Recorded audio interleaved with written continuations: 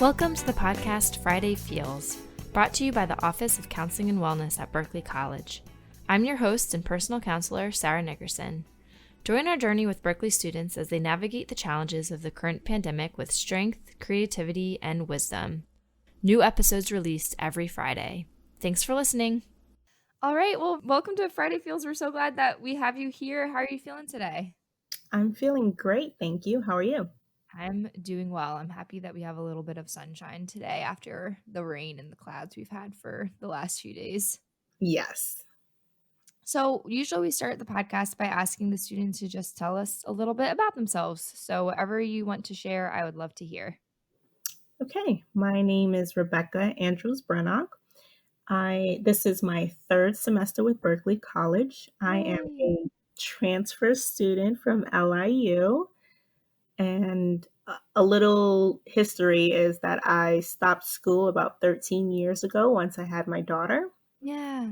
And I've been working and climbing the charts with my career, and I have decided to get my bachelor's finally and see what's in store for me next. That is so exciting. What did you decide to go back to school for? I am getting a bachelor's in science of legal studies. Oh, cool. And then what have you been doing in your career?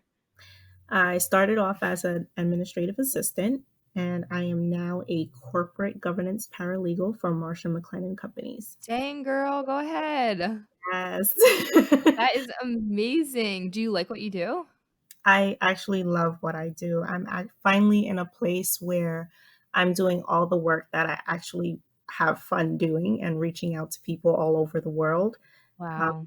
that has been an important goal for me, and I'm very grateful that I was able to move from two different companies and finally get to where I want to be. Wow. And what kind of I know nothing about the legal, paralegal world. Like what kind of stuff do you do on a day-to-day basis? On a day-to-day basis, I maintain our legal entity database, which is called Diligent Entities, formerly known as Blueprint. And Oh. we hold 980 companies on there, including their name, FEIN number, date of incorporation, who their directors and officers are, their shareholder information. The database can create org charts, which my day to day is basically making sure the org chart is correct, which can be a little tricky. Yeah, I can imagine. Yes, and then I also maintain about 50 entities on my own, making sure that all of that information is up to date and accurate, and making sure that annual reports are filed, taxes are paid and up to date, um, making sure directors and officers are appointed when people leave or join the company. Oh man, that sounds really stressful. It can be very stressful. I recently took on a role for a year now, assisting the EC members with maintaining their meeting materials and posting it to diligent boards. That has been very stressful, but also insightful, and it has brought myself to the attention of higher ups, and that's has had a role on Oh, my career. So it's been wow. positive. Yeah, that's amazing. Well, what do you do to manage your stress? Like, do you have like a self-care plan or like what kind of helps you to stay grounded when you are feeling a lot of stress or pressure from the job? I've learned to take a step back when I'm feeling overwhelmed. I stop Mhm. whatever I'm doing. I go for a walk. I make sure to clear my mind and my, mental space, and making sure that I'm emotionally okay. I also have two children at home that I have to take care of. Mm. Yeah. So I make sure that they're okay. And actually, my 6-year-old is my real stress reliever because he just makes you laugh nonstop. Oh, I love that. Yeah, kids are good with that. It's like you'll be really stressed about something and then you'll have a kid around that just reminds you of the simple things and of the fun things. That's really great that you have him. Yes. He likes to say, "Mommy, I know life is difficult, but just do this." And 9 out of 10 is Amazing. usually something for him that he wants you to do. You need to eat some candy. It's very important. Yes. That's awesome. Well, what has it been like for you in the pandemic then? Are you working from home? Do you have to also juggle childcare? Like, what has that been like? That has been the most stressful part. During the pandemic, I have been working from home. My children have been going to school virtually. Wow. My son recently started going back in 5 days a week. They started him off slowly, but I appreciate the help that Board of Ed has provided Mm, because he needs the most attention, and I can't pay attention to him as frequently as I need to during the day because I am working, yeah, whereas my daughter is more self-efficient, and I can't ask her to help her brother because, she has to do her own work. of course. So Yeah. that was the most difficult thing, taking the day. By the time I finished helping him, I barely got any work done. I found myself working late hours and then Oh, also trying to finish schoolwork for myself yeah. was very difficult, but I was able to make it and keep pushing through. I'm very happy for the support that I have from my company. They understand the situation. Good. I did find some resource as far as occasionally during the summer, I would take breaks and go to my brother's house in Pennsylvania just to get away from the city. Yeah.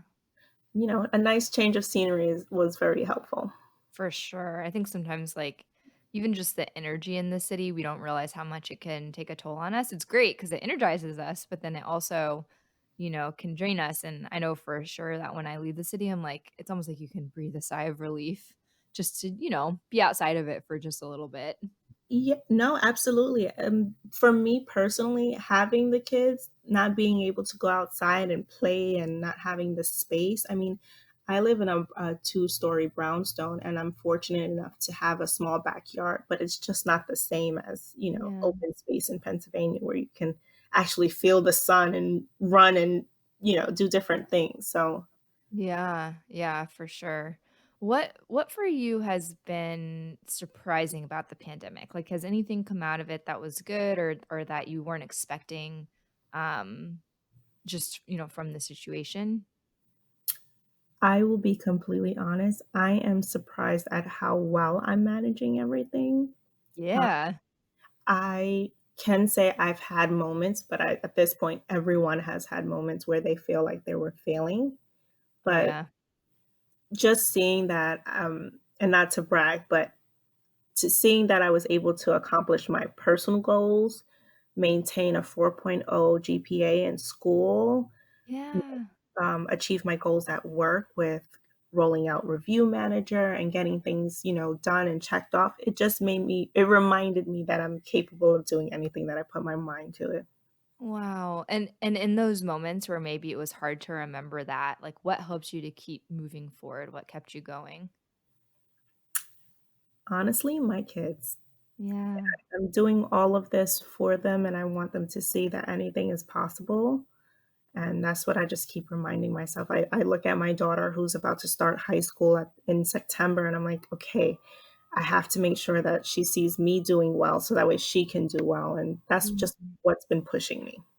Yeah, yeah, wanting, the same sort of future for them, wanting them to believe that they can do anything. Except especially I think as a young woman, right? Like as a girl, I think it's so wonderful that your daughter is able to see her mom as like a strong, capable, businesswoman, student, mother, all of these things. And it sounds like she has a really wonderful role model to learn from.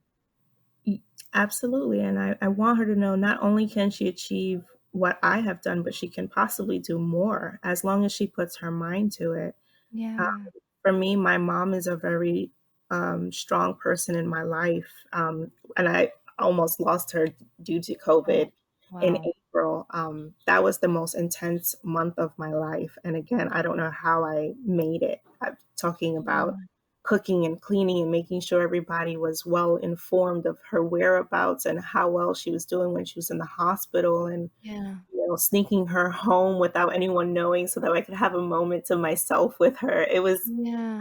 all of that took a toll on me, and I'm like, "Okay, I'm fortunate enough to still have her, and I have to make sure that, again, the kids see that I'm trying, I'm doing everything that I can do for them, and just knowing that hopefully in the future, they'll be able to take care of me the same way that I took care of my mom.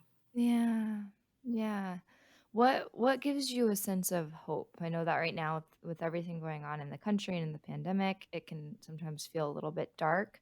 So for you, what gives you a sense of hope or a sense of light or joy or anything like that? Honestly, and this might seem politically cheesy, No, it's fine. but seeing Joe Biden and Kamala Harris, you know, nominated into Mhm. the government, the government system, I'm like, Yeah. oh my gosh, we're going to have a first female vice president. I know. And she's a Black woman, a strong Yes. woman at that. And I'm like, finally, we have some representation going on for us, and that gives me hope. That Mm, makes me so proud. I know many people look at me and they don't see a young Black woman, but I am a Black woman from Belizean descent, and mm. it's nice to see someone else like you that's representing you. That definitely gives me hope. Yeah. Yeah, I feel like it was a moment for so many people around the country when that happened and for so many reasons and with all the crap that happened last year, it is like a nice at least, a step in the right direction and hopefully changes will continue to happen after that. So, yeah, very so moving. It's a sign of hope. It's like, okay, we can get through this. I know he's going to have a lot of trials and tribulations of cleanup and things like that, but we can get in a better place. Yeah, for sure. Well, my last question for you would be if you had to offer advice or encouragement to other Berkeley students, other moms, other women at this time, what would it be? Keep going. Even when you feel like your back is against the wall, don't stop. Keep pushing forward. Mm, Again, take that walk around the block, come back, recharge, put the kids to sleep, mm, plug up your laptop, put your headphones in, and just keep going. Don't give up. It can be done, and no one will take this away from you once you accomplish it. It is yours. It is your prized possession, and again, no one can take it away from you. yeah, I love that. I think it's so important, like you said, to be able to to clear our mind space because so often, especially with everything going on, we'll feel chaotic inside. And if we feel chaotic inside, it's going to be really hard to do anything that we need to do on the outside. And so, yeah, I love that. Like taking time for yourself, taking a breath, taking a moment, and then just keep all we can do is just keep moving forward, just putting one foot in front of the other and hoping that Yes, things are going to turn out okay. yes, absolutely. And then what's your plans after graduation or what is it that you want in the next phase of your life? So I was promised a position at my job upon graduation, and Nice. I know that everyone is rooting for me to go to law school. So I Mm, am thinking about it, although the thought alone scares me. But yeah. again, I'm going to put my mind to it and push forward. That's amazing. Well, I'm so glad that we got to have you on Friday Feels today. I think, Rebecca, you're doing such an amazing job in so many areas of your life. And just like you said, we all are capable of greatness. Like we all have the potential to um, be more than we were yesterday. It just takes determination and focus and just a belief in yourself. And I'm super excited to see where you end up and what ends up happening in your life. I hope you do go back to law school. We need more, powerful women in the law field for sure. And with your determination and your passion and just your compassion, I think that you'll make a really excellent lawyer if you decide that's what you want to do. Thank you, Sarah. I must say, I do applaud all of the attorneys that are teaching the legal studies courses.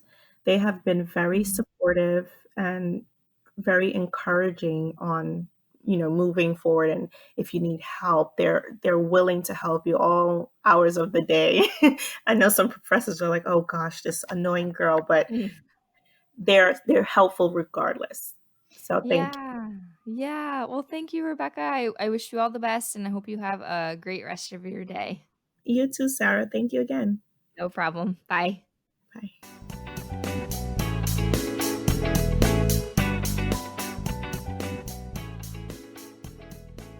That's all for now. Join us next week for another episode of Friday Feels. Enjoy your weekend and stay safe. Be well.